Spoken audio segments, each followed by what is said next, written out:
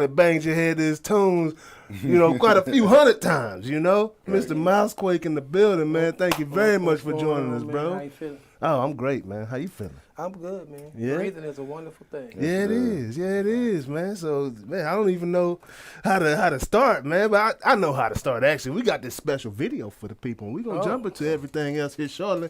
But, hey, let's go ahead and rock that video one time. If you don't know, now you know.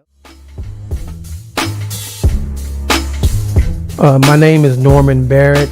I will work harder than anybody on the planet. I'm affectionately known as MouseQuake. I was nicknamed Mouse my whole life. I got the name in 1985. Prince came out with a song called Housequake, and I played it so incessantly. I played it so much that my roommate thought it said MouseQuake, therefore the name stuck. I'm classified as an audio engineer, music producer. I've been doing it professionally for about 27 years. I'm a classically trained drummer. I played in concert, jazz, marching, and symphonic band and the symphony growing up as a kid. But I got my professional training from playing in bands with 40-year-olds when I was 15 years old. Well, I think I take my time and make sure that the songs are breathing and living, instead of just making them out of what everybody wants to hear. I kind of let the song talk to me and tell me what it needs. Well, first, evolution of a song is really quite basic, except, you get, the person creates the song, initial melody, and then you get musicians or whatever to play what they feel on the song. Then it's my job to take the song and cultivate it into what those feelings all meant. And then once we get all those feelings together, then we have a song. I think every time you do something, whether it be good or bad, you're going to learn something from it. So that's how I take it. In retrospect, it's easier for an artist to actually have everybody hear their music now because the internet is free. The music industry has changed in a couple ways. Like back when we were younger, we had to have a record label to put out a record, have a market the record, sell the record, put it in a store. Now you can just go sit down at your house, make a record, get it in good form or fashion the way you need it, and put it out in 5 seconds and reap all the benefit if you know what you're doing. I would advise someone trying to break into the music industry to learn 3 things. Learn the quality of sound, how to present the sound, and how to market the sound. 3 things I do every day. I study, I learn something, and then I practice it. Those 3 things are major. And if you can learn it and study it and practice it, it becomes habit. And those habits will get you paid. The more people you know to get you in places where you need to go, the better it is for you. But don't ever discount being good at what you do. Good at what you do gets you the network and improves your net worth. Your net worth is your network.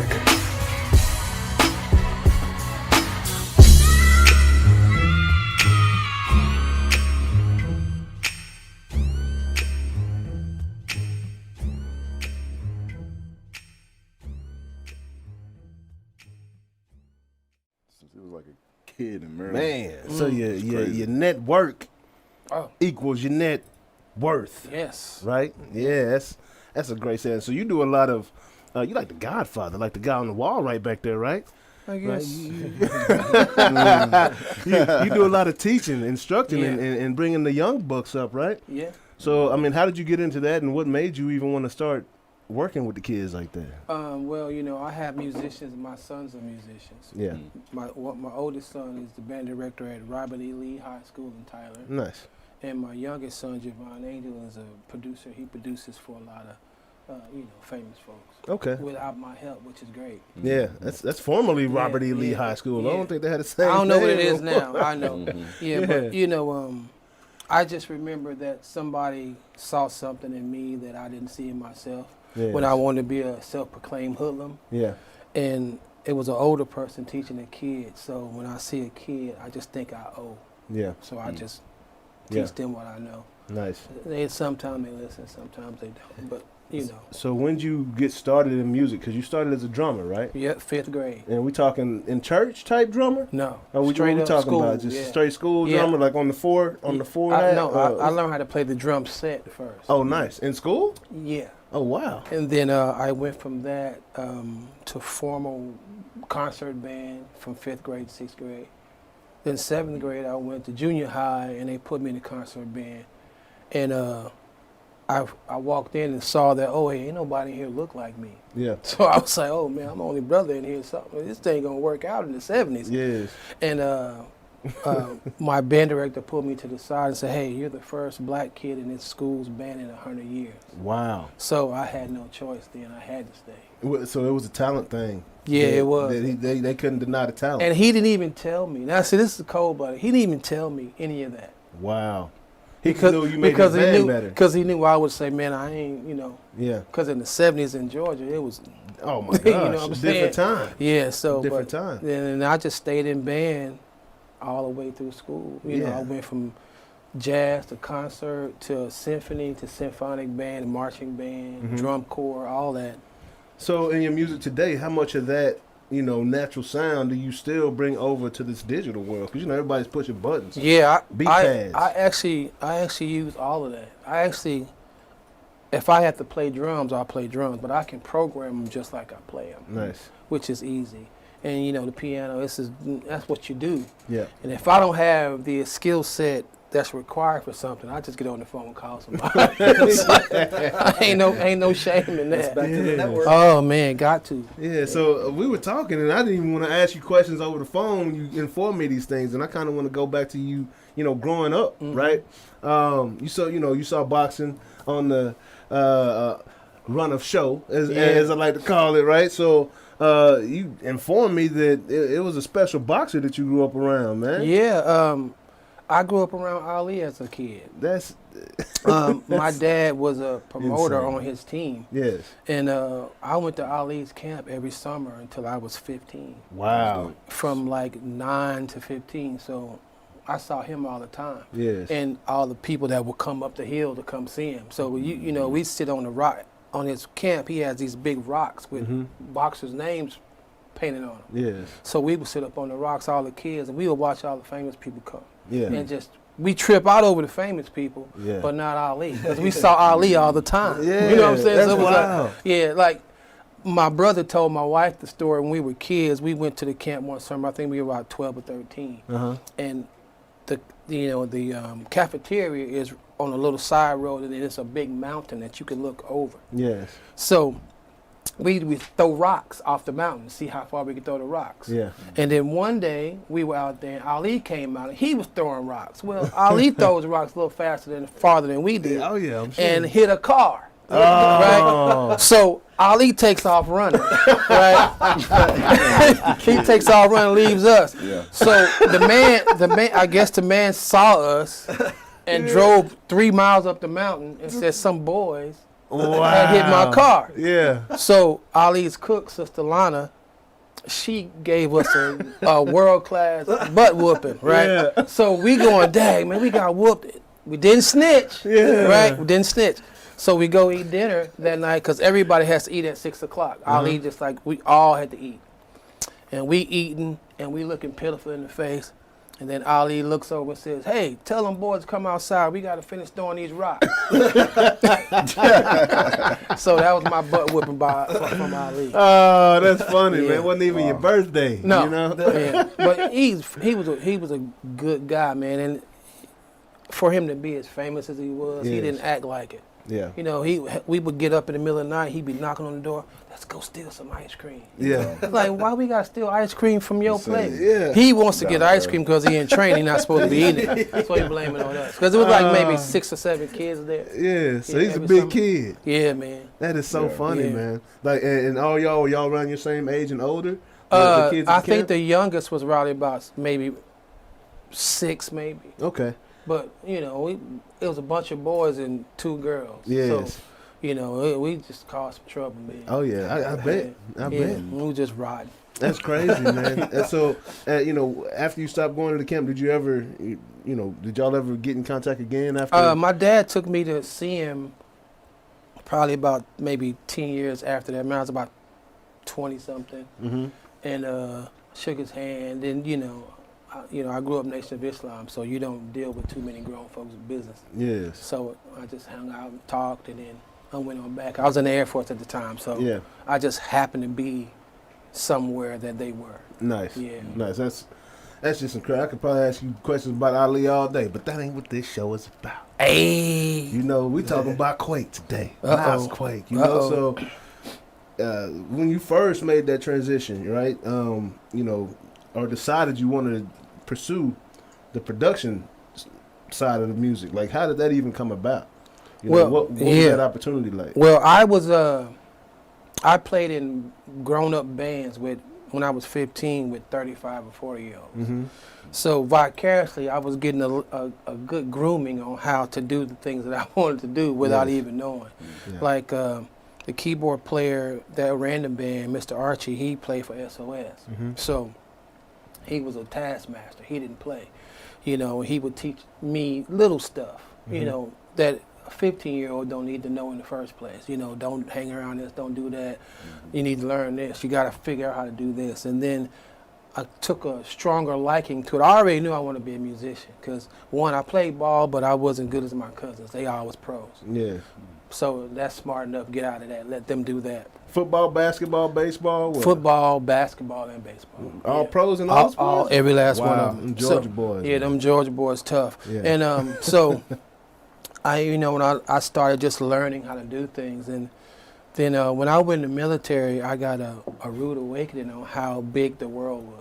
Mm-hmm. You know, my first assignment was in the Philippines, Yeah. and it's a hop and skip from Japan, hop and skip from Korea. So I got to go and buy the stuff that I wanted. Mm-hmm. And since I don't drink or smoke, I ain't have nothing but free money. Yeah. So I just bought all the things I did, and I just practiced. And then I got sent to Oakland, California. Where you find that free money at, though? Well, I mean, you know, if you're in the military, you only got two real vices, Yep. hookers and money, and drinking. Yeah. So, and I didn't have the other two, so I just Yeah. had my money. Nice. You know, I got to Oakland, and then I met a young man by the name of Sebastian Attaway, who was linked in with all the stars at the time.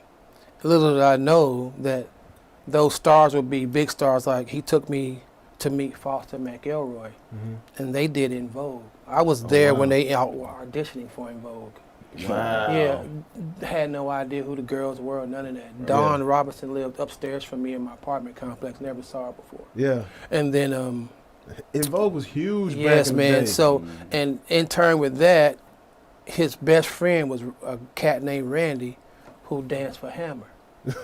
So I got At to hang out Oakland. with them, Hammer, Yeah. and then James Early, the producer, and Angie B, Yeah. and Felton Pilot from Convunction. That was Albie Sure Girl, wasn't it? No, she was James Early, but she got famous because she wouldn't see Mike Tyson while he was in jail. Ah, gotcha. And then I met a whole bunch of other people, so I started getting to meet all these famous people, figuring, why am I meeting all these famous people, whatever. And I was actually learning the business from them. Wow. So, you know, you always got to be cognizant of who Yeah. you hang around Oh, yeah. and what you're hanging around them for. And it was so funny. I would be in a room and somebody would walk in, and I'd be like, damn, I just saw him on TV. Yes. You know, they, hey, what's going on? I'm like, you know, in my mind going, man, what do I need to say? Yeah. And then I remember I grew up around Ali. I was Say about the to hell say, you want to grew up say. around Ali. You know, Like, come on. say what you want to say. But Yeah. I just knew that's all I wanted to do. Yes. That's And, incredible. yeah, That's so- incredible. And I mean, so you got like if I look at the list of people that you worked with and done music for, right? It's the sound. It's like a soulful sound that you produce, right? Yeah. Like when I think about Pimp C and the way UGK used to get down, you know. Yeah. And I mean, I got my big brother. Like that's what I grew up on, Yeah. right?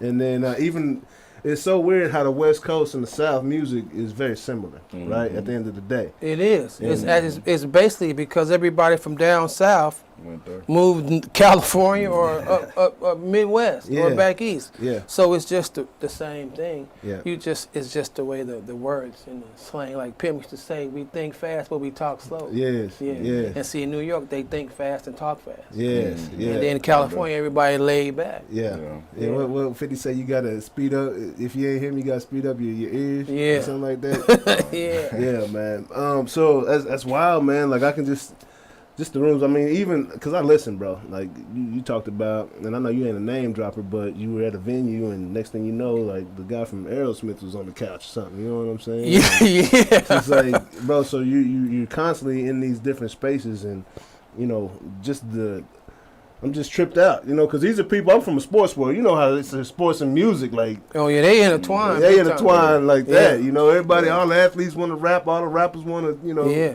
play sports, right? Yeah. And so that's crazy to me. So you know, we met on a very cool project, right? That's still taking place right now, and like just getting to know you, and we don't even talk that much. Yeah. I'm not gonna sit here and act like we talk every day, but just the calm and it's like everything is factual. You know what I'm saying? Like there's nothing just. It's a different type of being, different type of presence. You know, when you're around. Yeah, I'll run if I think the stuff is getting fake. Yeah. I'll just leave. Yeah. Because I can't even function like that. Like I'm gonna be honest, I'm kind of geeked out because this dude's over here. Yeah. You know, because I used to have to talk trash about, oh man, he not gonna catch nothing, and he and beat my team. I like him now because he ain't playing. Yeah. But when he was busting up my boys, I ain't really like him. Yeah. Yeah. But, So who you root for? Because you know the Braves won last night. We're gonna get into that. I'm a Falcon fan. I mean, Yeah. we getting smacked up right now, Hey, like you a know. little girl, but it happens. Hey, Dion, you should have came over here when Dion did. You'd have been all right. Man, I've hated the Cowboys since '76, That's how much I know you love and them. I'm never gonna like the Cowboys. My wife's a Saints fan, so you know I get beat up by the Saints twice a year. Oh my God, that's the worst. And I so- think Saints fans worse than the Cowboys. Man, so I get smacked up all the time. Then my son's an Eagles fan. Oh, my man, I gosh. get smacked up all the time. What's going on with that? Yeah. How do you ever been an Eagles fan? I don't know. You're never gonna live after that Super Bowl. We gonna have to redupe the whole backyard to That's get tough. get everybody out of there who was part of Yeah, that. you do. Yeah, That's like a cancer. man. Yeah. So, I mean, what's the craziest or wildest experience that you've had in your production days? Just, I'm sure you got several stories, but I could tell you one that's extremely funny. I'm not even calling your names because they're gonna know exactly what I'm talking about. yeah. But we was working on a record, and this particular artist said, "Man, I'm bringing some people over." Uh-huh. All right, so I'm sitting in the room and doing my thing, and I hear the door open. So I'm like, okay, it's cool. And I hear a whole bunch of wood bottom shoes hitting the floor. I was like, okay, it's gonna be a lot of people in here. Yeah. So I got the lights out, and I never look up because I'm supposed to be working. All of a sudden, I turn around and there's 40 strippers in the studio. I go straight into panic mode. Man, and my wife FaceTimes me right now. My ass is tore up. So she ain't playing no games. None, bro. So I said, yo, man, you got to get these women out of here, dog. Put them over there or something like that. Yeah. And he was like, oh, gee, we got you, man. I said, bro, don't you know we got married dudes in here? I forgot y'all was married, man. Yeah. Yeah, That so. boy ain't forgot. Man. No, he didn't, No, he man. didn't. That, Didn't care that, that day. was He the was over funniest thing ever. So I had to come home and tell her that immediately before he hit the street. I heard it through the grapevine. Like, you Because heard it through me, man. I'd have been like, black eye, yeah, she loved me though. You know? The love mark right here. Yeah. Yeah, man. Yeah, she that loved was me. that was one of the funniest ones. Yeah, that's wild, man. That's I wild. did tell you, I told you about the Whitney one though. No. You didn't tell us. Yeah. Oh, yeah. I one of my mentors is Gerald G.O. Hall, and he was a staff producer for LaFace. Uh-huh. He produced on TLC's Fan Mail, 35 Million Sold. Wow. And he would take me to sessions all the time. He'd come to my parking lot and call me on the phone. Hey, man, what you doing? Nothing. Come downstairs. Because right then I knew, okay, we getting ready to go back to Atlanta. Yeah. So one night we go to Atlanta to work on some songs for, I don't remember who it was. I think it may have been a TLC record. And we were at Bobby Brown's studio in Bosstown.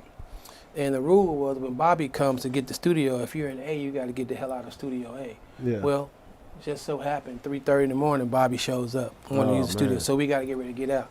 But this voice is with him that I knew, and my partner G and Gerald and Gio knew. And Gio had taught us to never react to stars coming in the studio. Yeah. Never. So that's what we were doing. Well, voice was Whitney Houston's voice. Yes. So I'm from Newark. She's from Newark. Mm-hmm. I'm like, oh, yeah, I'm finna say something. But then I thought, oh, he said not to. She comes in. Gio introduces me and said, hey, you know, Mouse is from Newark. I talked to Whitney for about 5 minutes. Yeah. About, you know, where she was from, where I was from, the similarities of the streets or whatever. I never saw her again. Really? Never saw her again. Wow. One chance meeting. That is crazy, man. And her family grew up in the same projects that I grew up in. Wow. Oh my God. And I never saw her ever. Just, like, how's that even in the same space? I'm sure y'all across. I never saw her. That is crazy. So she just stayed ghost. Yeah, I think they moved to East Orange, after a while, but I never saw her. Yeah. I never knew she existed in the projects. Wow. Right. That is insane, bro. That's insane. Yeah. Whitney, man, she was probably the greatest voice I ever heard in my life. Once in a lifetime. You know what I'm saying? Yeah, once in a lifetime. That Super Bowl, I can go back to that Super Bowl now. I know she got hit after hit after hit in the 80s. Mm-hmm. Like, we had I was working with this company a few years back, and the question was, who was hotter, Bobby Brown or Whitney Houston? And they was like, you know, Whitney Houston. And I was like, y'all don't underestimate Bobby Brown, though. Bob was hot, bro. He was hot. He just couldn't maintain it. No, he couldn't. But Bobby Brown had them hits, but they can't, you know, they were right around the same time when they were both peaking. People think Bobby corrupted Whitney. Whitney corrupted Bobby. You serious? Yes, man. What? Absolutely, we think that, man. Because Bobby was always a loose cannon, it seemed. I don't know Bobby personally, but that's the way that he was portrayed in the media, and I know that's oftentimes wrong. Yeah. Right. But you know, they didn't want him to damage the Golden Girl. Yeah. You know, but she from the projects, bro. That don't go she was nowhere. already damaging. Yeah, that don't go nowhere. It was in whoever kept that thing. That's interesting. Yeah, calm down, because I've been thinking Bobby's the one that corrupted her. That's crazy, bro. Nah, she ain't corrupt Bobby. Yeah. That's wild, man. Because Bobby was always, you know, just wilding out like that. Yeah. Wilding out like that. But so now, you know, fast forward to today. You know, I know you're saying you do some things on movies. Like, what other projects have you been working on? Are you still pretty active in the scene? Like, yeah, well, I've been, you know, I'm a brand ambassador for SAS Acoustic Design. Okay. And he builds studio monitors and he builds studio spaces, and he just built the only 9.1.6 Dolby Atmos room in Atlanta. It's amazingly beautiful. Yes. And, you know, we work together, do things there. You know, I just finished a couple of albums. I finished a Rakim Al-Jabbar album. Oh, nice. A Nuwambe album. I did Nuwambe's Love Our Shades up for Grammy nomination now. Wow. And a whole bunch of other stuff that I signed NDAs for. Yeah. You know. Yeah. You know, don't mess with the money, so keep it quiet. Oh yeah. Yeah. But I'm branching off into doing a lot of movie stuff. You know, I scored an Amazon TV series called Peter. And I use all local artists as the backdrop of music. Oh, that's dope. Because they gave me a long list of like songs. I was like, no, we're gonna use these local boys. So they, you know, like these Dallas local DFW. I only use maybe 2 famous artists on 7 episodes. Wow. Yeah, everything else is local. That is legit. Peter the series. When is that coming? I think it's November 6th. I think. Oh, so that's coming this week. This week. Oh, I think it's this week. Yeah. Nice. You gotta check that out. All local artists. I mean. Amazon Prime. Yeah, from Fat Pimp to from Fat Pimp to Flex and Fab. T.O.C, Rakim Al-Jabbar, whole bunch of local artists. Because, you know, what good is having influence if you can't use it to help you? You might know him by Run DMC. You know what I'm saying? I don't think I'm a legend, though. Oh, I'm sorry. I am so sorry. Hey, you might not recognize because he doesn't have that legendary Kango on right now, or that brim on right now, you know. But a little walk this way, talk this way. You know, a little, it's tricky. You know, y'all know what it is, man. Run DMC, man. Adidas. Yeah, my Adidas. Woo, yeah, man. That's what I'm talking about, man. Thank you for having me. Yeah, I'm glad you're here. Let me little story time. Yeah. The year is 1987, 88, 87, 88. Two little white guys in South Mississippi riding around in a Toyota Celica, a brown Toyota Celica, with blown out speakers in the back. Yeah. Bumping Run DMC. Yeah. All through town. Straight treble. All straight treble. That's right. Straight treble on max. That is awesome, I mean, man. so many people have those memories across America. Yeah. You know what I'm saying? Every state, for us coming out of Hollis, Queens, New York, we always wanted to make music. If it didn't matter if you was from Compton, didn't matter if you was from Beverly Hills, didn't matter if you was from Florida, didn't matter if you was from Canada. We wanted to do something that was a universal representation of everybody. Absolutely, and y'all did it very well, man. Very well. To the max. Absolutely. I got one question. What inspired you guys? Well, for me, when I was growing up in Queens, 1970s rock and roll was my inspiration. If you remember Harry Chapin, Jim Croce, Bob Dylan, so that's why I call myself the king of rock. Gotcha. Now, the thing that inspired us was, that's why I said I don't think I'm a legend. I think the real pioneers and legends is all the boys and girls from the Bronx before recorded hip hop, before Rappers Delight. Yeah. Because those boys and girls, they created the culture, they created the style, they created the music, they created the rhymes, they created the art, you know, with the graffiti and everything. So when you're a little kid and you're growing up watching American Bandstand and you're watching Soul Train, and you're seeing all of these groups from R&B and soul and rock and stuff like that, you're not thinking that's possible for you. So when hip hop came over the bridge in Queens, for me particularly, I was like, I want to be a rock and roll star. I want Elvis to bow down when he sees me. I want Mick Jagger to get up off the throne and tell me I could sit there. But at the same time, collectively, soul music and black music, I'm a kid. So that's my mother and father's music. But I'm hearing Al Green. I'm hearing Marvin Gaye. I'm hearing Aretha Franklin. So when hip hop came over the bridge, it was like, oh shoot, you can tell stories over music about who you are. So collectively, we was inspired by the Beatles and Led Zeppelin and all of that to be musicians. But we couldn't play instruments like my man over there. So we took the vinyl and stole, samples the music we was listening to. So the inspiration was from Stevie Wonder, Michael Jackson, George Clinton, Parliament Funkadelic, funk music, but also, the Beatles and Led Zeppelin and all the greats like that. Man, so, I mean, did you see it coming to this point? This is a milestone year. 50 years of hip hop. Yeah, August 11th, Crazy. 1973 was the date that they exactly. hip hop, Who worked through a party in the projects. And birthed hip hop. And gave birth to hip hop. So 50 years later, the Grammys, paying homage. I watch the Grammys once every so often. I was tuned in for that. Like nobody's business this year. I mean, from Flash to Future. You know what I'm saying? Performance and amazing entertainment show, Well, right? to answer your question, it's crazy. For us, it was just hip hop right there in the neighborhood. That's what we was doing. I never saw the vision because it was just fun to do it. You know what I'm saying? I grew up a kid loving comic books.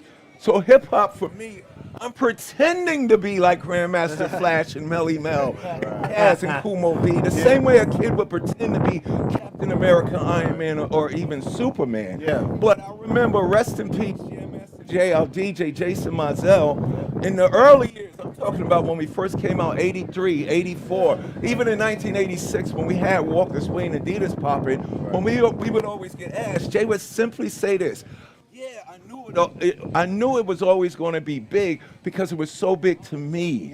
And I thought about that. I guess it doesn't matter what art form or representation or presentation you have.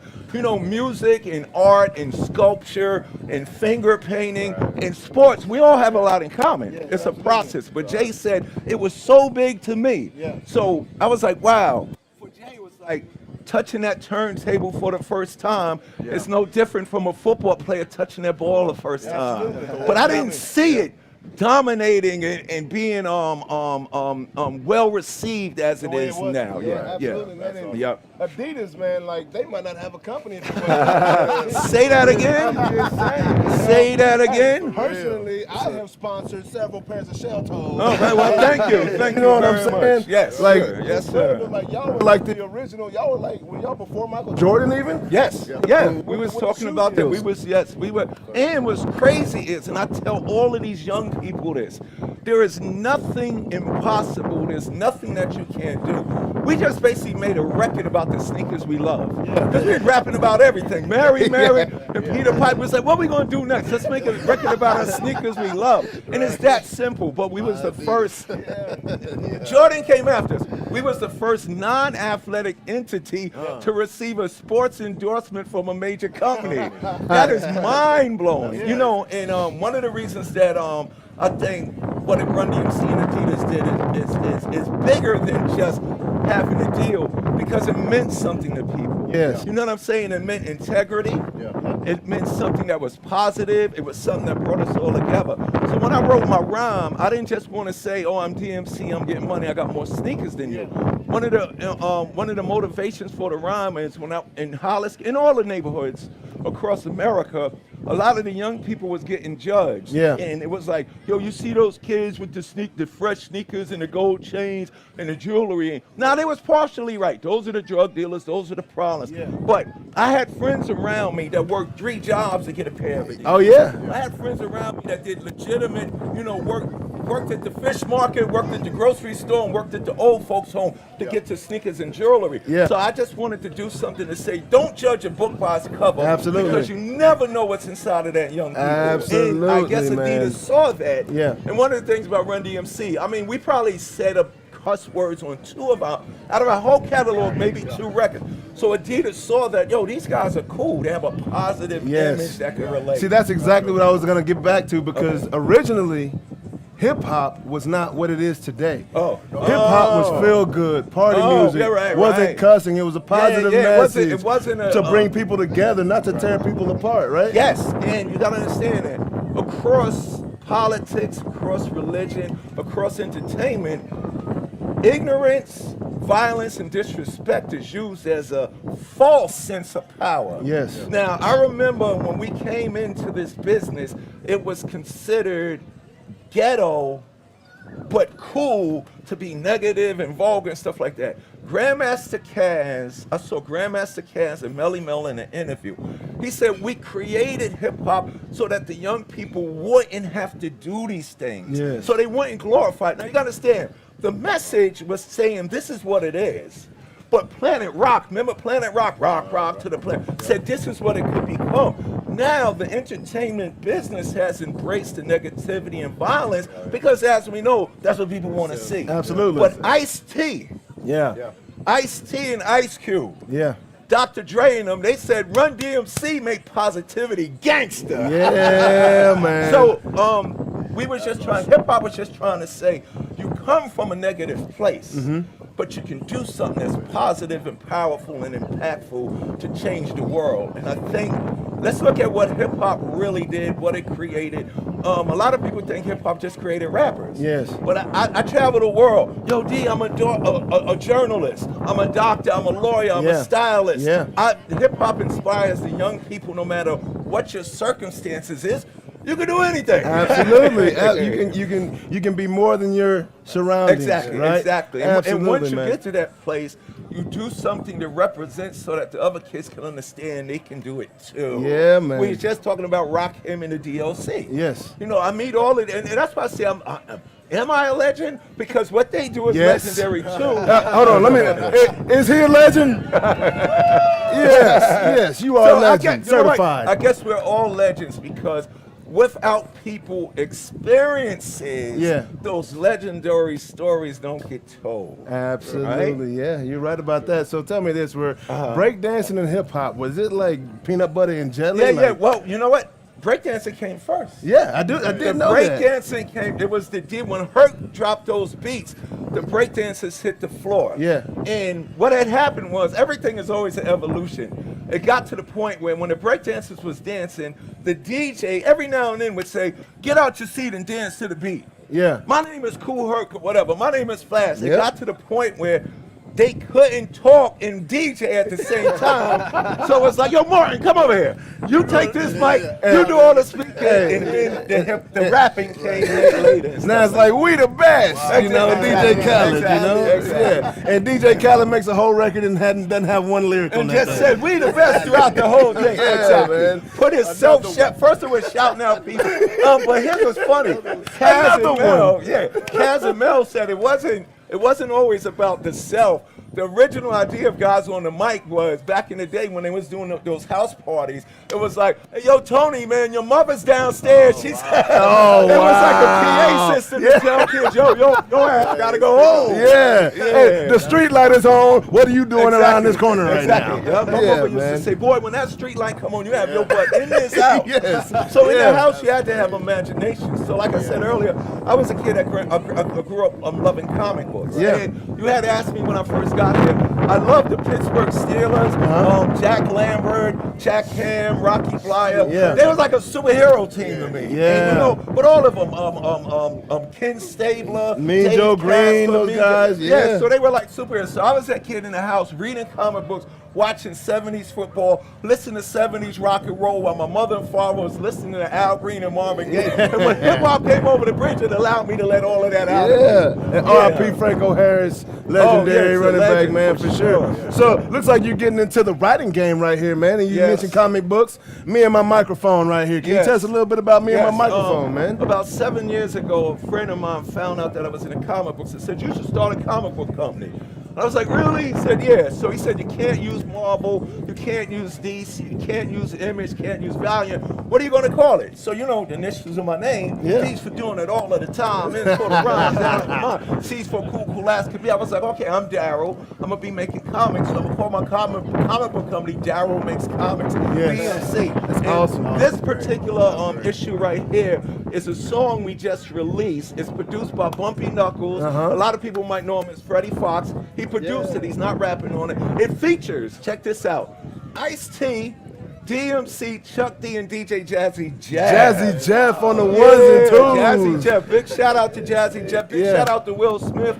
I just did an interview with Will Smith for his podcast that's getting ready to come along. So it was another way for me to express and promote and do something that will inspire, motivate, but at the same time educate. I don't think it's a false statement to say that there's a generation gap. Yeah. It's an information gap. Yeah. And the information gap is because there's a communication gap. Absolutely. The OGs need to speak with the young Gs and say, here's where we all are now, but if we come together, there's no telling where we can go. So the same thing, I did the comic book because my buddy, shout out to Riggs Morales, he was an A&R over there at Shady Records with Eminem's company. Yeah. Now he's at Warner Atlantic. But he was the guy who said, D, do the book because you can do the same thing you've done with your music. I'm like, what? Inspire, motivate, educate, plus give kids something to hold and give them a message, man. Give them a message. Incredible art, man. It's very cool, bro. Yeah, that's an artist called Dave Pro. I like to work with artists, like real artists that paint and draw and stuff like that. But also in Stephen Harris, he did the artwork inside. Very cool. What's cool about me being DMC and this hip hop rock and roll thing, all of us grew up together. Like you said, you was in the brown car with the blown speakers riding through. So it doesn't matter if you're black, white, Puerto Rican, male or female. We all coming up together. Absolutely. But when I mentioned that I was doing a comic book, all the artists and the writers and the anchors and the pencilers that work with Marvel and D.C. Yeah. They act like they never did. I'm talking about guys that did Captain America, Wow. Spider-Man, Wolverine. Yo, DMC, can I do something for you? Wow, Because yeah. of what my music did to them. Absolutely. Like we said, inspiration's a two-way street. Yeah, and you know it's, what I'm saying? how astounding is it to you, the impact that you had on so many different people? Yeah, across genres, across careers and stuff like that. It's astounding. Yeah, that's pretty it's crazy, some comic man. book stuff. It's Yeah. astounding. It's astounding. So you got something for the kids and Yes. something for the grown folks. If you like Yeah. to read in the, in your that Leisure. on the in your leisure time on the porcelain throne, That what do they book- call it? here's what's 10 ways not to commit suicide, and this is a very big issue these days. yes, right? mental health. So can you tell us a little bit Yeah, about yeah. this and how this even came about, That's man? I'm not dead yet, so that's my memoir up till now. Yeah. So it's gotta be another one, when I get 90 or 100, whatever. Yeah. But that's my memoir Like up to Greatest now. Hits Part 2. Yeah, what happened was in '93, one of the greatest producers in the game, Pete Rock. Pete Rock and CL Smooth, shout out to Pete Rock, and he hates when I say this. Pete Rock saved Run DMC's career. Wow. The same way they say Run DMC saved Aerosmith's career when we did Walk Wow, This Way Over. yeah. Because we did the Down with the King song, and they recreated our Sucker MC rhyme, the first record we ever made. Back when MTV actually Back played in- music when videos. Played the videos. Yeah. So we did the song and then we did the video. The video in '93 put us back on the charts, Yep. back on the road, back on MTV. And if you look at the video, everybody in hip hop showed up to show us love. Yeah, man. The very next day after that, after my return to the throne, I woke up and I wanted to kill myself. Wow. And I didn't know why. I just woke up and you know what happened? It was this void in me. And I didn't know what was going on right now. And I sat there and I was like, okay, I'm Daryl McDaniels from Hollis, Queens, New York. Byford's my father, Banner's my mother, my brother's Alfred. You remember the rhyme. Son of Byford, brother of Al. Yeah. Banner's my mother, runs my pal. Yeah. It's McDaniels, not McDonald's. These rhymes are Daryl's, those burgers are Ronald's. I wrote down my family tree, my mother, my father, my brother, and me. Yeah. All right, I got family, me running Jay, we made all these records, Adidas, the Walk This Way, Boom Bang. You know what I'm saying? We've been surviving for the last 33 decades of hip hop. What is wrong with me? I should be happy right now. And I didn't know what it was. So long story of it, this feeling, this emotion, this feeling. We all work on feelings. Absolutely. And you can have money, you could have prestige and all that. These things- The most important thing is feeling good about who you are and what you do. Yeah. So this was my experience coming to terms with that. I didn't feel comfortable with this void that was missing. Yes. So everybody was looking at the lifestyles of the rich and famous. First to go gold, first to go platinum, first on the cover Rolling Stone, first with the sneaker deals. That wasn't satisfying to me. And this feeling that I had, I didn't want to live with it no more. So I decided to kill myself. Wow. And when I decided to kill myself, something funny happened. I was in Yugoslavia getting ready to jump off a roof, saying tomorrow morning they're gonna wake up and CNN and Fox News and everybody gonna have it. But then I heard a voice, D, you can't do this yet. Yeah. It didn't say don't do it, it just said you can't do it yet. And I was like, why? They don't know who you are. And I'm like talking to myself, man, Run DMC, Daryl, first you go, no. They You're know this Daryl character. They don't know the little boy. So Yeah. check this out. This is what brought the book about. I jumped down off the roof, I fly back home from Europe, and I decide, not this book, the first book, I did a book prior to this. And I said, I want to do this book and I want to go, what's up world? You know me, I'm Daryl McDaniels, 1/3 of the groundbreaking rap group Run DMC. First to go gold, first to go platinum, first on the cover Rolling Stone, first with the sneaker deals, all that stuff. Yeah. But I'm really just Daryl McDaniels.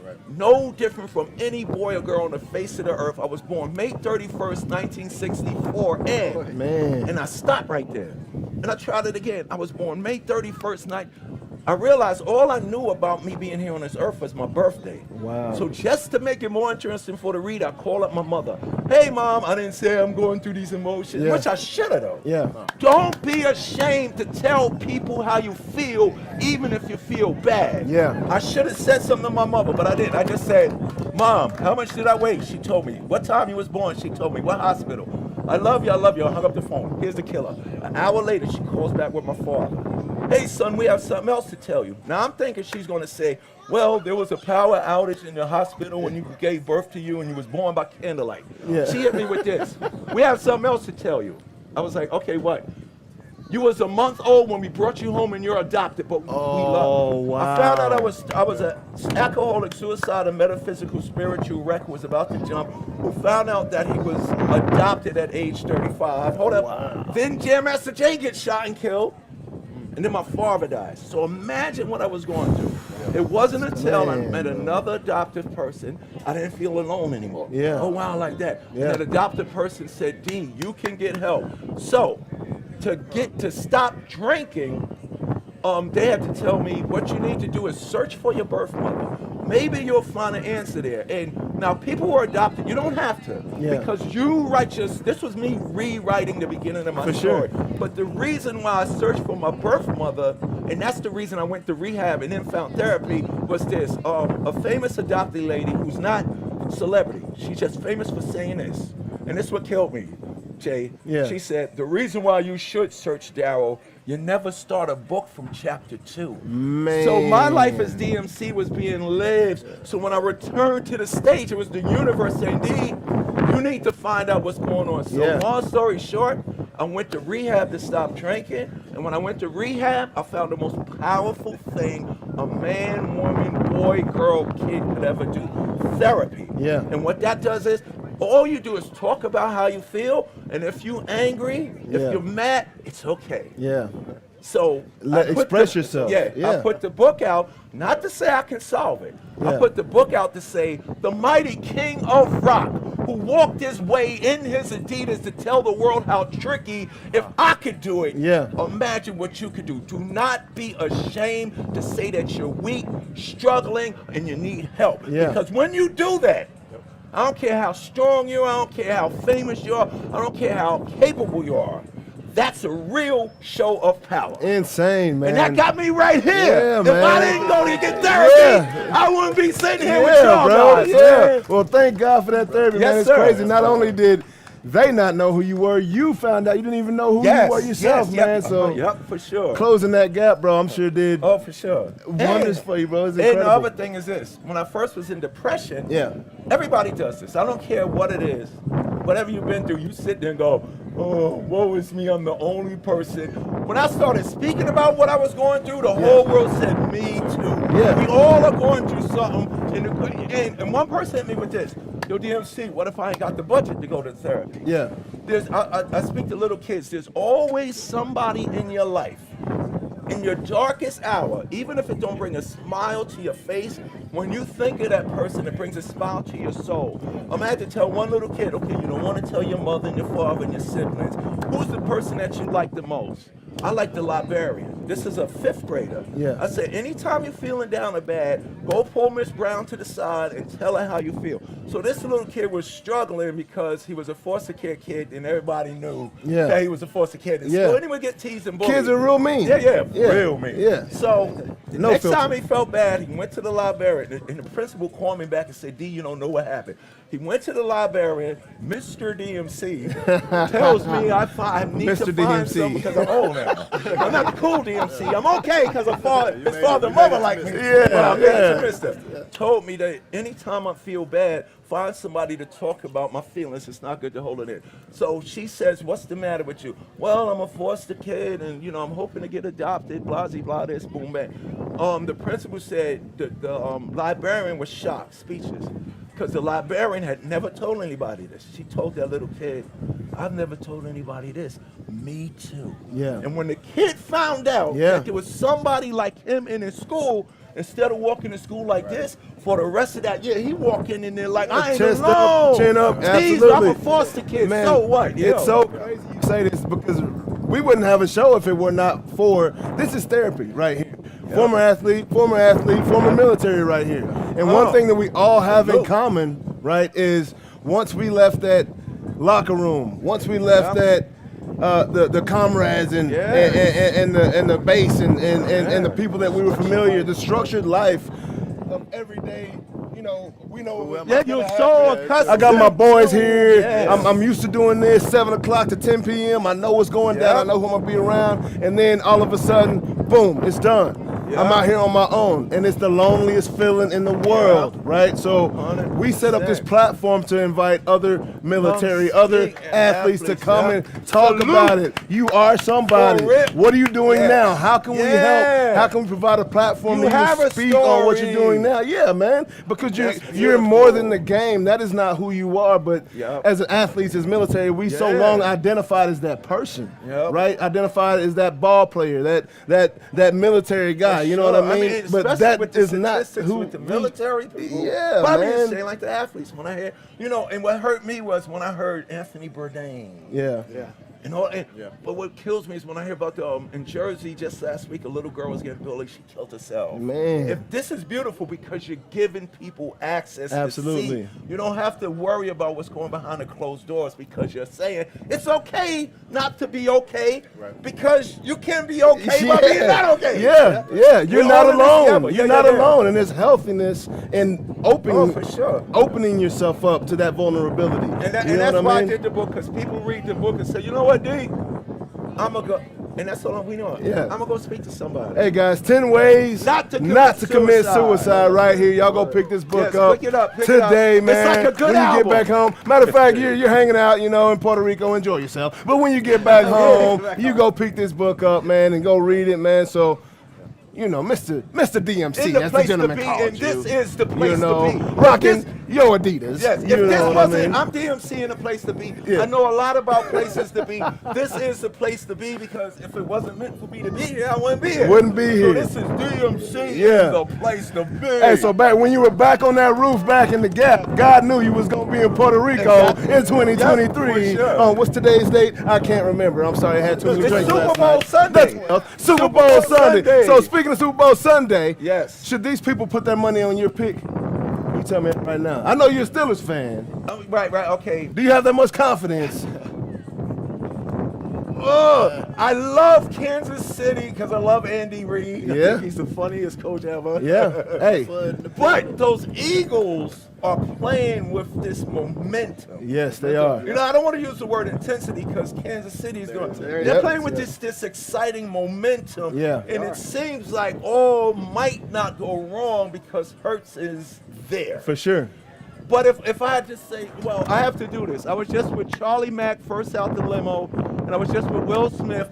So just because I was with Will, I don't want him mad at me. I love you, Will. Thank you. The Fresh Prince of Bel-Air. I'm going to go with Philly just because they're down the block from New York. And hold up. This is a joke, though. I'm going to go with Philly because they're down the block from New York. If I don't go with them, you heard about those fans. Yeah, man. I don't want them to hunt me down and kick my behind. So I'm riding with Philly. There's some crazies out there in Philly, man. There's some crazies out there, man. Do other stadiums have jails in the basement? Oh my gosh, I don't know. Yes, Philly has a jail in the basement. Yeah, that's crazy. They'll take you. Yeah, Philly. Yeah, but I'm gonna go with Philly. But I love Andy Reid, and I'm a home. So y'all take your. So speaking of Andy Reid, right? And this is another reason why I do not want Philly to win. Okay. 14 NFC division championships as the Philadelphia Eagles coach. Yes. Never won the Super Bowl as the Philadelphia Eagles coach. Now he finds himself in the Super Bowl against the Philadelphia Eagles. Go get him, Andy. Go get him, Andy Reid, man. That man has been through. Yeah, man. That man's been through hell. Yeah, bro. Like, come on, man. I want to see Andy come out in their face. Yeah, I want to see Andy come out on top, man. But man. Daryl, man, I can't even say that. DMC, man, it's been an absolute pleasure, man. Thank you so much for joining us today, man. Thank you. Thank you very much. Thank you. This man needs no introduction right here, but I'm going to do it anyway. We got the D-Town Triple D legend in the house, y'all. What's good? The D.O.C. What's going down? Hey, man, I can't call it, man. Man, it's good to see you, man. Thank you, brother. Good to have you man. back in the building, man. Thank you, sir. Good to have you back in Glad the to be building. back, my brothers. Glad to be back. Hey, before we get started, let's go ahead and get this PED toast, performance enhancing drinks toast coming at you. Good. Right there in the house with the sip. Mm-hmm. That sippy sip on. What's going down, man? How was everybody's weekend, man? You know, I know you coming back from the SIP, Mr. Birthday Great. Man. Hey, Birthday boy. Oh yeah, Yeah. it's your birthday. it's 50. Happy belated. Big- Wow, it's 50. you cracked it.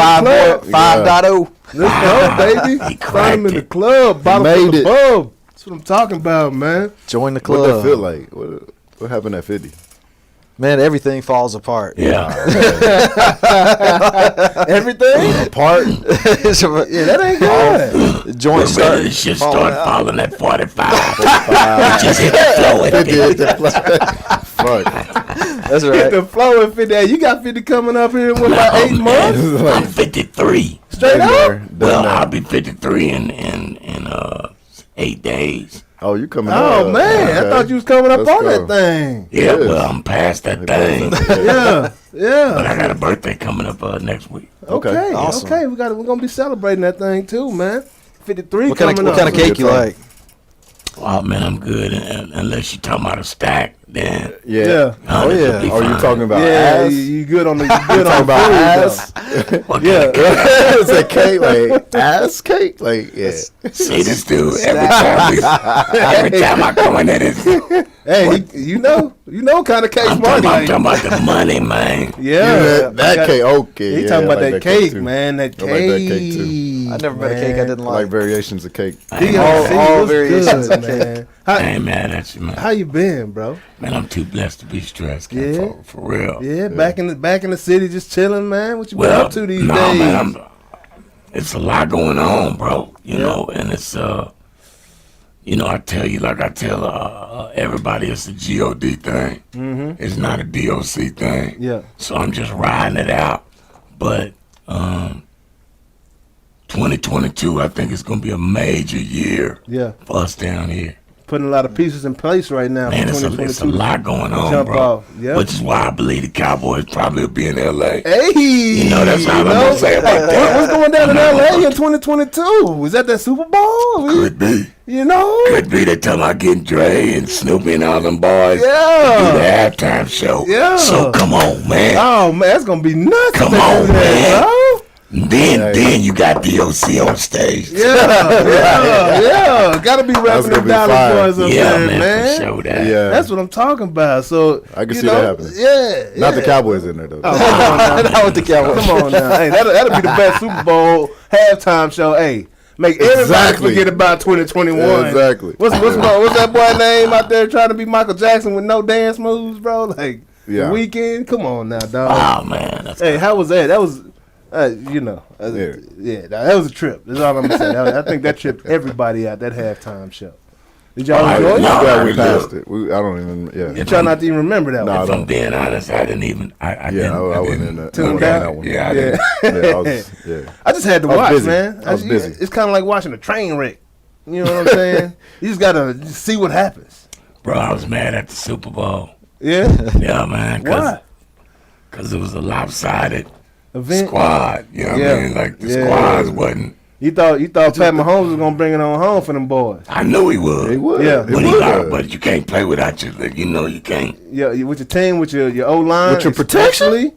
Yeah. Bro, he ran for 500 yards though. The wrong way.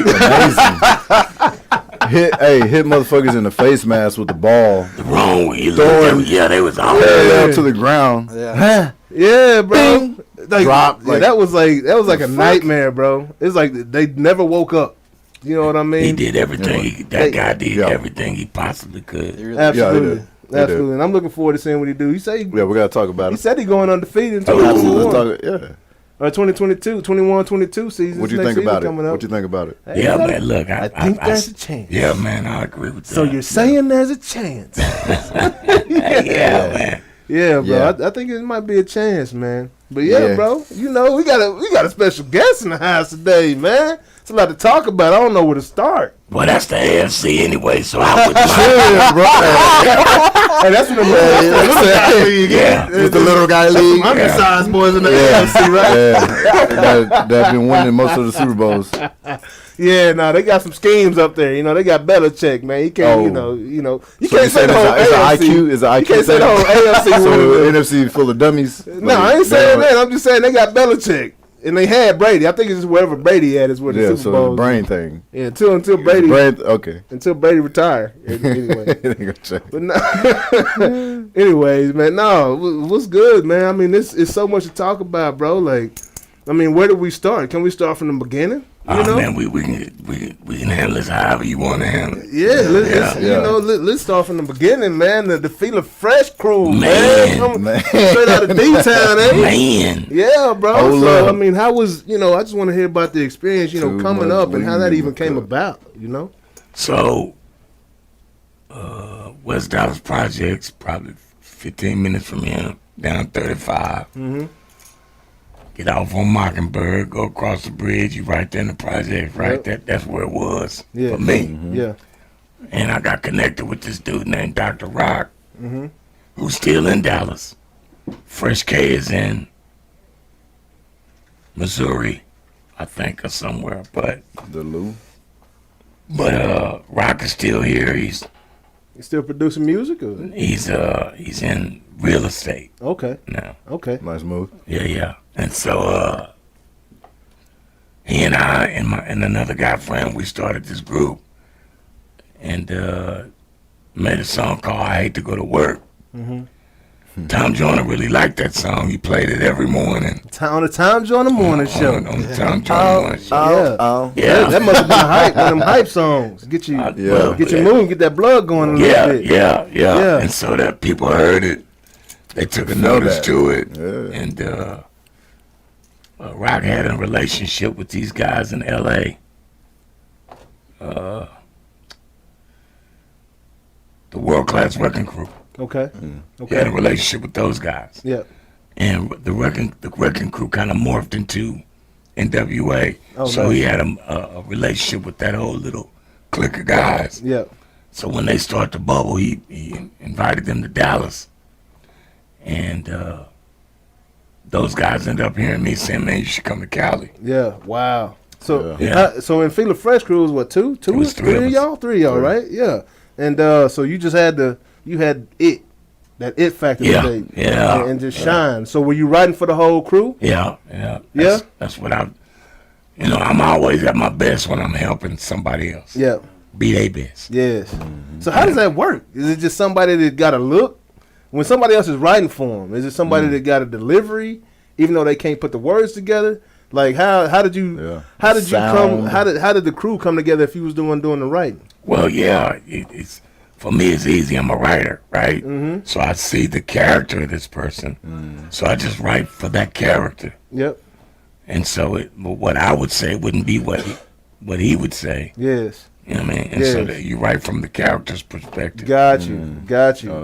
Wow, so that's like, I never thought about that. It's like acting. In music, like reading the script and getting into that character and then portray, and then doing it with the pen. Yeah. It's all acting, or at least it was. It's like a little bit of like management in that almost, because you got to understand the person that you're dealing with. That's you know what I'm saying? Their personality and what they're capable of delivering. That's right. To make it believable. Mm-hmm. The whole thing is you got to believe it when they say it. Mm-hmm. And so I think Dre saw me writing for this person and teaching Fresh K the words, and he was like, man, if I had this dude out there, boy, he and I could do some real work. Thinking about Easy. Yeah. You know what I mean? Yeah. And so the first time I turned him down, but eventually some stuff happened at the crib that made me reach back out to him. Yes. And take him up on it. So was it Well, you turned Dre down? At first. Because he didn't want the whole crew. Oh, got you. And you didn't want to leave your team. I can't do that. Man, oof, I know that feeling. That's tough. Man. Can't do that. I know that feeling right there. But my mother threatened to send me to the army. Oh, fuck man, that.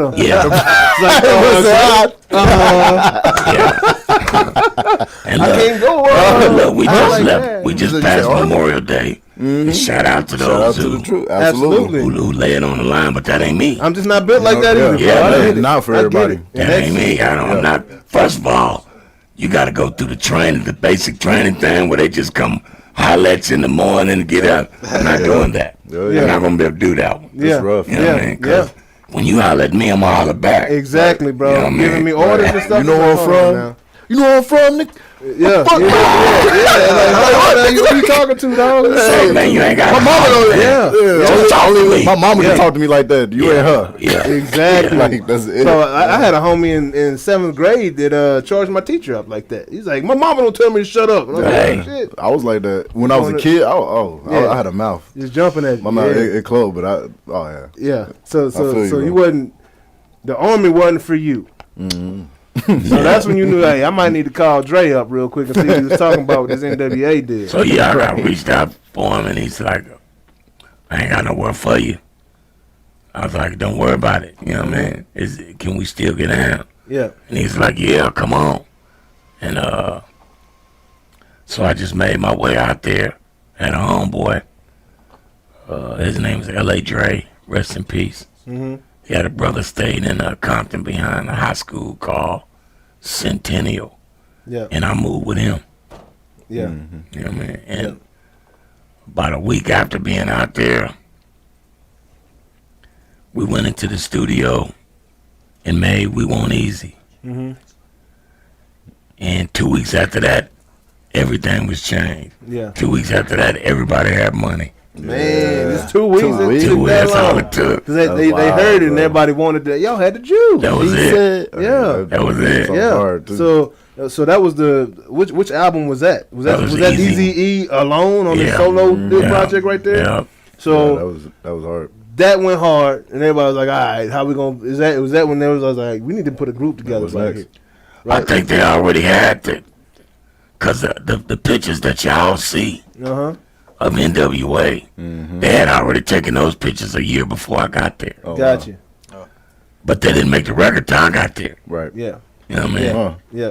Because I saw there's some other cats in the group, What? right? Because I mean, when I think of growing up, when I thought about NWA, it was Doc, it was Ren. Eazy-E, it was Dre, and it was Cube, It's Cube, and that's the only people I thought about. Dre, Ren, Yella. Ren and Yella, right? So those two cats, Dre. they was already in the group when you got on board. Yeah, all those guys. And there was another cat before me. He was named Arabian Prince.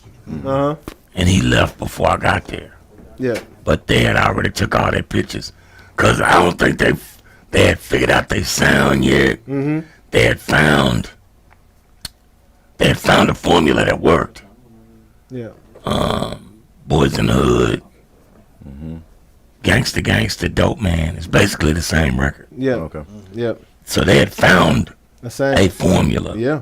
But they didn't know how they was going to go from here to here. Yes. When We Want Easy came, that was the next step. Yeah. That was Boys in the Hood wasn't there? No, because you can't go to radio with that. Gotcha. Back then.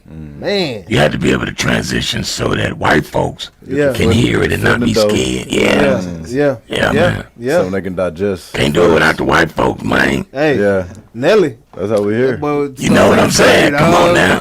Come on now. Hits. He got you it. know? Hits, Like, bro. shit. So are we good Good over here, work. guys? This work. All right, yeah, man.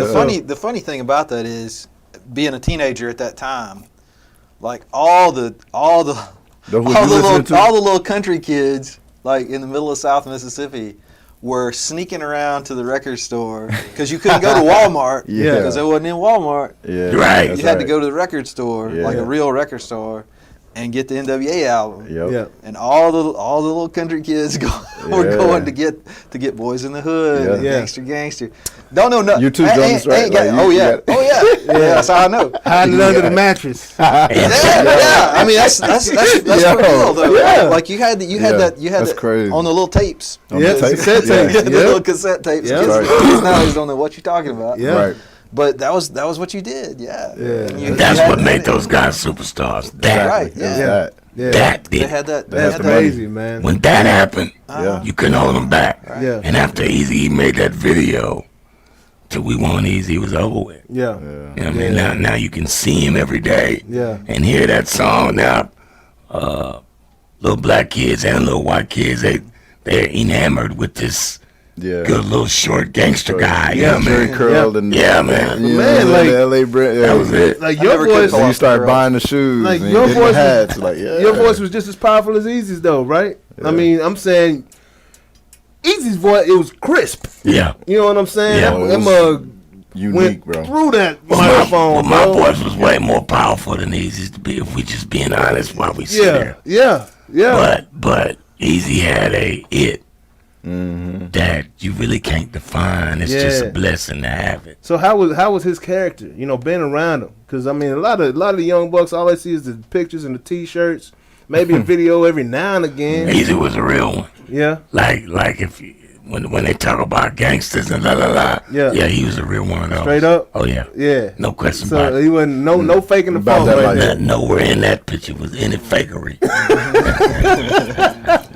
Good dude. So y'all linked up and y'all was tight like from the jump, or was it a little bit of warming up? He was, they was all guys. Yeah. And see, I was just a new guy. Yeah. So I had to work from that perspective. So how long But I did was it take real good. How long did it take for you to get your respect from those guys? Because I know I was the first that's day. a tough situation to walk in. I'm a first day guy. Yeah. You know, respect, because if I'm this good, I know it. I know you know it. Yeah. So we ain't got to trip on that. I'm gonna put it in your face. Yeah, we ain't gotta talk about it, but hey, don't. We gonna push each other around here. Yeah. 'Cause we want to be great. Yeah. Yeah, man. Man, they ain't try to do nothing. Just No, they had to accept that, man. They There wasn't no Ricky Hazing around. wasn't no hazing around the building. Nah, because you looking down on all of them when you walk in the room. Golden goose, man. You can't haze the golden goose, man. Yeah. That's what's up, man. So you had them lyrics going. Dre had them beats going. Oh yeah, man. Did you ever get on the beat side of the things, or you just knew where you was at? Yeah. Dre was, Dre was the music to my words, bro. Yeah. That's how I saw it. Yeah. So wherever he went, that's where I was going. I had found my The spot. sound. Yeah. That's crazy right there, bro. And cause that like the bass, like I can push a button on my little music, and it just don't. It's not hitting the same. I don't know what he did to make his beats knock like he did, but dude got some talent. It's engineering, bro. You always think of the guys that make these boom baps and they add this and add that, and that's what makes it great. It's not what makes it great. Yeah. It's them buttons on that board. Yeah. It's the way he turned them knobs, man, that make him great. Yeah, and I mean, there's a million of them bad boys too in that room. Yeah, man. Bro. Like that's But crazy. something about the way he hears it. And he basically do the same shit every time. I'm getting away with secret. It's like God giving Same goddamn buttons every goddamn. And I be looking at the buttons like, damn. How you do that? I saw you do it last time. I can't do that shit. been watching this shit for years, and I still ain't got the the recipe, man. You got them guys that'll sit like at Rolling Stone and write these terrible, critical things about a group that has found the formula. Right. Oh, right. But at the same time, you got a Dre that he's got the formula. Yeah. Like don't mess with the formula when the formula is working. Yeah. If it ain't broke, don't fix it. Why would you? Yeah, you it was a song. They had a song. If it ain't broke, don't fix it. Hey, don't rock the boat. Don't rock the boat, man. When Dre finally made it to Interscope, Yeah. that's what Jimmy Iovine, who's also a master engineer in his day, That's right. worked with Springsteen, Yeah. Worked with the Beatles guy, It's crazy. Stevie Nicks. Yeah. That dude made a lot of great records. So he knew when he heard, and the story goes that Jimmy asked Dre, who engineered this? And when Dre said, I did, Jimmy had to be like, oh, I got to have this guy. Got to have this one. He's the one. He's Neo. Yeah. You would have. Yeah. But I knew that about Dre. I like to tell Dre, I knew he was Neo before he did. Yeah. That's crazy. That's wild. Just the glow, the sound. He had it. Man, like I tell folks all the time, back in them days, you went to the studio, you made your thing, and you always said, but wait till we mix and master it. Yep. Then it's gonna really be. When you make that shit in the studio with Drake that day, that's it. Yeah. That's it. That's it. Man. That's how that all gonna sound. Yeah. For perpetuity. Yeah. Perpetuity. So, bro, I watched and before we, because, there's so much more I want to talk about. but I watched a show on Netflix called The Black Godfather. It's about Clarence Avant. Yeah. Did you ever meet that gentleman? Never met Clarence, man. Never was blessed enough to meet the Godfather. Yeah. But you heard about him. But I know who he is, and I work with one of his disciples. Nice. Today. That's awesome. Yeah, man. Yeah, that's awesome. Powerful man. dude. So, everybody knows, there was a tragic accident that took place. Can you kind of, and you said it turned out to be a blessing to your life, which is just, crazy to think about, because I've heard and I've read, so like Nelly said that you were, one of the most special, one of the most gifted rappers of all time. You know what I'm saying? And we never got to see exactly you reach your peak. Yeah. Your art. You know what I'm saying? So, can you kind of tell us, tell us about that night of the accident, and then, why you say what you say, how that became a blessing, how it turned out to be a blessing in disguise, I guess, right? Well, the understanding I got now, bro, and I hate to be all,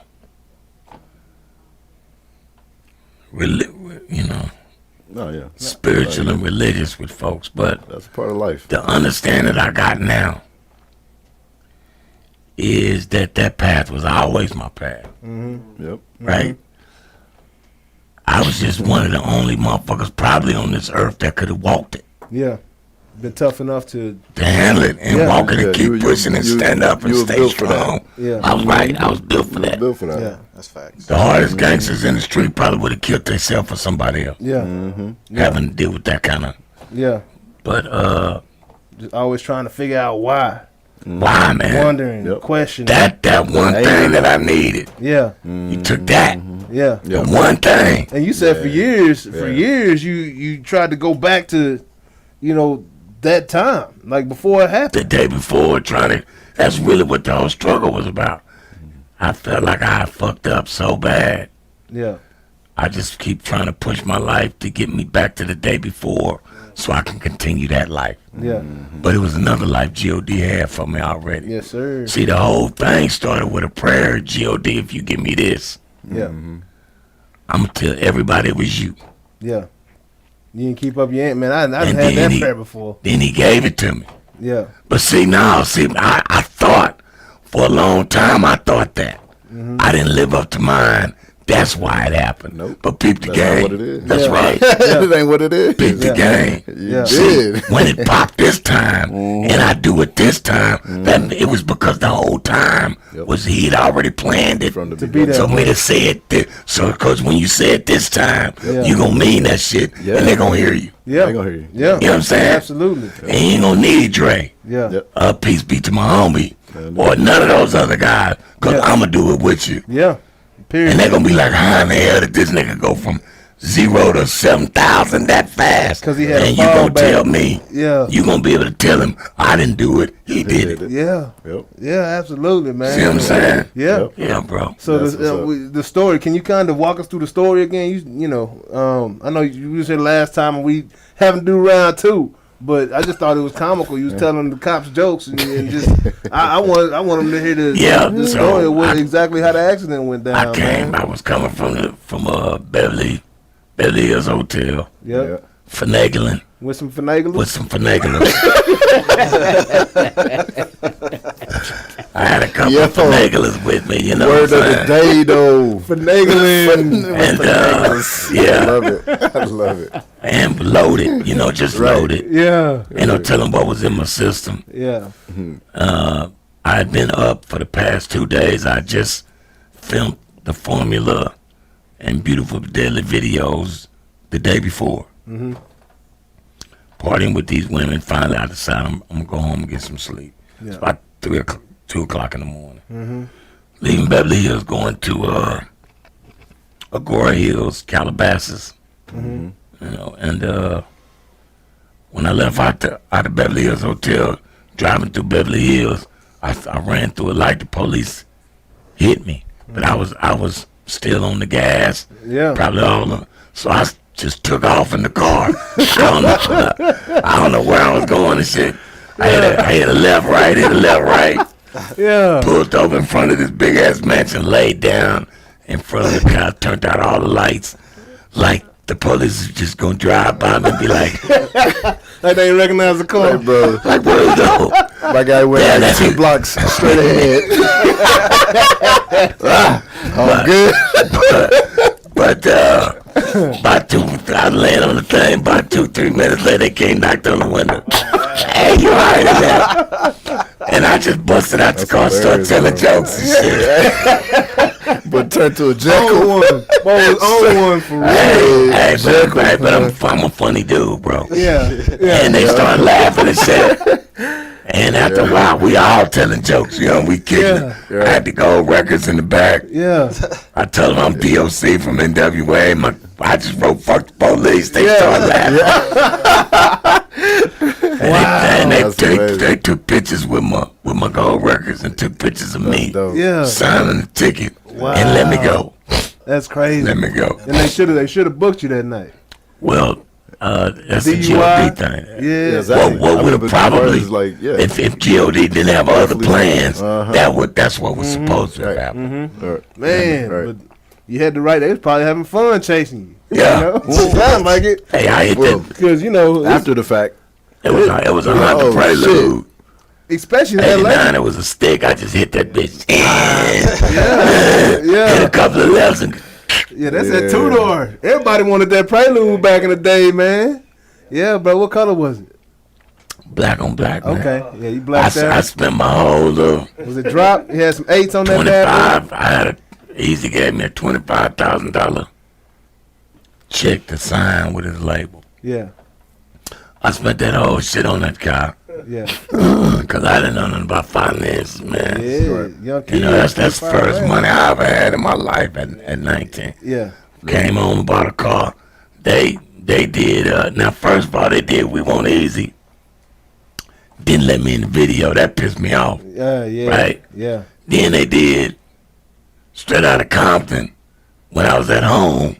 Oh, so you was sick. That pissed me off. See what I'm saying? Yeah. So I said, I'm not having this shit anymore. I'm headed right back. I bought that car. Going back to Cali. Packed all my shit and drove right back. And Y'all not LL doing Cool J bumping on you. Going back to Cali. Yeah, y'all not leaving me out no more shit. Damn. Yeah. Man. But yeah, man. But you know, driving down the 101 freeway, finally fell asleep.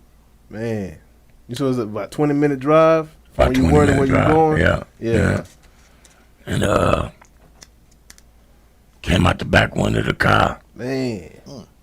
Had bounced on the freeway for a while, face first into a tree. God. They said my teeth were still in the tree when they came and got me, and it took them a couple hours to find me because I was in the tree way down there, and the car had kept going. Yeah, because it's hilly over there. Yeah. That's nuts, man. Yeah, it was crazy, bro. But you know, they took me to the hospital. They couldn't sedate me because of all the shit that was in my system. Blood was too thin. So when they trying to stick the thing to intubate me, I'm screaming and hollering. That's actually how I lost my voice. Yeah. Really? Wow. That is insane, bro. Wow. That's a crazy story. So. Wow. So. Yeah, that's crazy. So after all that took place, how long did it take you to recover? Because you said you was trying to get back and do music. Yeah, man. It took me about 3 weeks before I was starting to heal. And now you had broken bones. I didn't have one broken bone. Wow, bro. Like that's the only thing. That's the scar on my nose. One of my eyes eyelids had come off. Yeah. And that was and my jaw was open. That was it. Man, bro. So it took. So you was in the wire like Kanye. No, I didn't have to go to the wire. You had to do that? No, man. It was crazy, bro. And I remember no pain through that whole ordeal. I didn't feel anything. That's crazy. And they never sedated you, not one time. I don't know. I was fucked up and shocked and fucked up. Yeah. So by the time I made it 2. Yeah. Maybe I had something in my system, but I don't remember feeling any motherfucking pain. I remember the first thing I remember is seeing my mother and this lady named Sylvia Rome. Oh, so you was out for a little bit then. Yeah, I was gone for a minute. Yeah. And but came back. I couldn't talk. Didn't nobody know what it was or when it's gonna come back. So I just rolled with that, like it's gonna come back when it come back. Yes. Yes. But it never came back. Man, that's crazy. That's crazy. And you said something about the scar tissue or something. Yeah, I got out in early. The accident happened on November 11th. I got out early December. Went to Hawaii, me and Suge. Yeah. And kicked it. Well, Suge was getting down that whole time already? Yeah, me and Suge was together all the during that time. And when I came back, I decided I would have some scar tissue removed from around the area to expedite the healing process. Because it was still healing. Yeah. Got you. But the old boy removed too much scar tissue, and then after that, it was really permanent loss. Yeah. Man, that's crazy. That's crazy. That is insane. So, bro, you was around some goons, dog. Oh yeah, man. Yeah. Like straight up. Oh yeah, man. So that's how I know God is real, cause ain't no way I was supposed to be. Look, I'm not a thug. Yeah. I don't mind telling you. Yeah. You know what I mean? I'm not trying to sell nothing. Yeah. I'm not trying to do nothing. You're a writer. Nothing. You know what I'm saying? That's it. All right. And but I walked the road with those boys. Nobody ever laid a glove on me. Man. Nobody ever came at me. Well, Nobody. But that's brothers though. You know, I'm sure it was more of a brother confrontation type situation. Well, they never just flat out said anything, but there's vibes around. You know, understood. You know what I mean? Yeah, and so I understood. Yeah. Now some of that stuff was real, like Nate Dogg, R.I.P. Yeah. I can remember Nate Dogg coming to the rescue one day. Okay. Yeah. Behind some of that gangbang shit. Yeah. Yeah. Yeah. You know. Man, Nate Dogg was that, bro. He was one of my favorites, dog. Yeah, mine too, man. I'm thinking about an Obi Trice song right now. Thick thighs and full of surprise. That boy there, dog. Boy, voice, bro, was just harmonic, bro. Yeah, man. Ain't like no straight up, man. Yeah, man. Yeah, bro. Like that one hurt me. That hurt me when that happened, man. So you came up that time. It was around. Pac came into the scene. What was it? Early '90s. Brenda got a baby. Yeah. Early '90s. Yeah. 92, maybe 93. Yeah. So how was it? You know, being around Pac. You know, Pac wasn't around us in the early days. So how'd you get connected with like the Fab Five, Freddy, and all them cats, man? Was this all just over time, just respect of the music game, just put you all together type deal? Yeah, man, that's it. Yeah. Respect for this art, man, and what we do. Yeah. You know, bringing it back to the D, man. You know, you like the pioneer the game in Dallas, man, and like Dallas still ain't even really just been recognized for how much talent we got down here. Well, you know what, Kinfolk, I think it's about that time. I really do. Yeah. I believe God. Everything has a purpose to it. Time and a purpose. Time to bring it on home. Yeah, and cause look, if we gonna either shit or get off the pot. Man. Yeah. Yeah. We gonna do something with this shit or not. Yeah. Yeah. Cause your money don't mean nothing to me. Yeah. I done seen cats with billions. What do that mean? Yeah. If you're not doing nothing to help, if you don't have trying to help us out, trying to get us out of our hole, trying to do better for us, trying to help us all win. Yep. Then you know. So man, you a Jordan fan? What? MJ? Come on, that's man. your guy? That's my guy. Yeah. Now I'm a LB fan too now. You LB fan? I'm a LB fan so too. Who the GOAT out of the two, man? See, I'm gonna tell you like I tell everybody else. Great question. Let me get this sip real quick. See, Jordan, Michael Jeffrey. Jeffrey. Yeah. Is a basketball god. Yes. See? Yes. He was made to play the game of basketball. Yeah. That's why they made him. Yeah. Yeah. Now LB is something else. Yeah. LB is the GOAT. but for the same reason that Ali's the GOAT. It was a bigger. Like what? Irrespective of his skill set in his chosen field, he is greater. He's what Tupac's the GOAT. Yes. He's greater for us outside of that space. He's great. Yeah. Ali, Yeah. better for us outside of that ring Yeah. than he was in that ring. And in that ring, he was great. They all understood the platform they had. Yeah. And the And used leverage. Yeah, the They leverage used and it. reach. They used Absolutely. leverage. See, that's David and Goliath shit. Yeah. Yeah. When you know you powerful and you'll go fight the fight Yeah. for your folks. Yeah. Yep.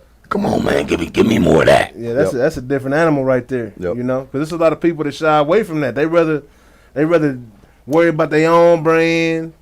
Or their own, just they're not into that. Yeah. Like I'm not into that. Yeah. Like I just like I need to go to work and I'm going home. Yeah. I'm good. Yeah. Well, Not me, but Everybody's there's guys- not made for that. That's right. There's Yeah. guys that are made for Yeah. that. This is why he's where he's at. Yeah. I see you giving back all the time. Quietly. I don't want nobody to know Quietly. nothing. Gotcha. Gotcha. I'm at home. Yeah. But you see with Ali and But it Exactly. takes time. But it takes all of us, That's bro. right. That's Yeah. right. It It's takes like all it's- of it. everybody has different Got you. roles Got in you. progressing. Yeah. Got you. And Yeah. So that's dope. That I mean I didn't think about it like that. Go. Because Jordan wasn't meant for What he did that. off Jordan the couldn't have did that.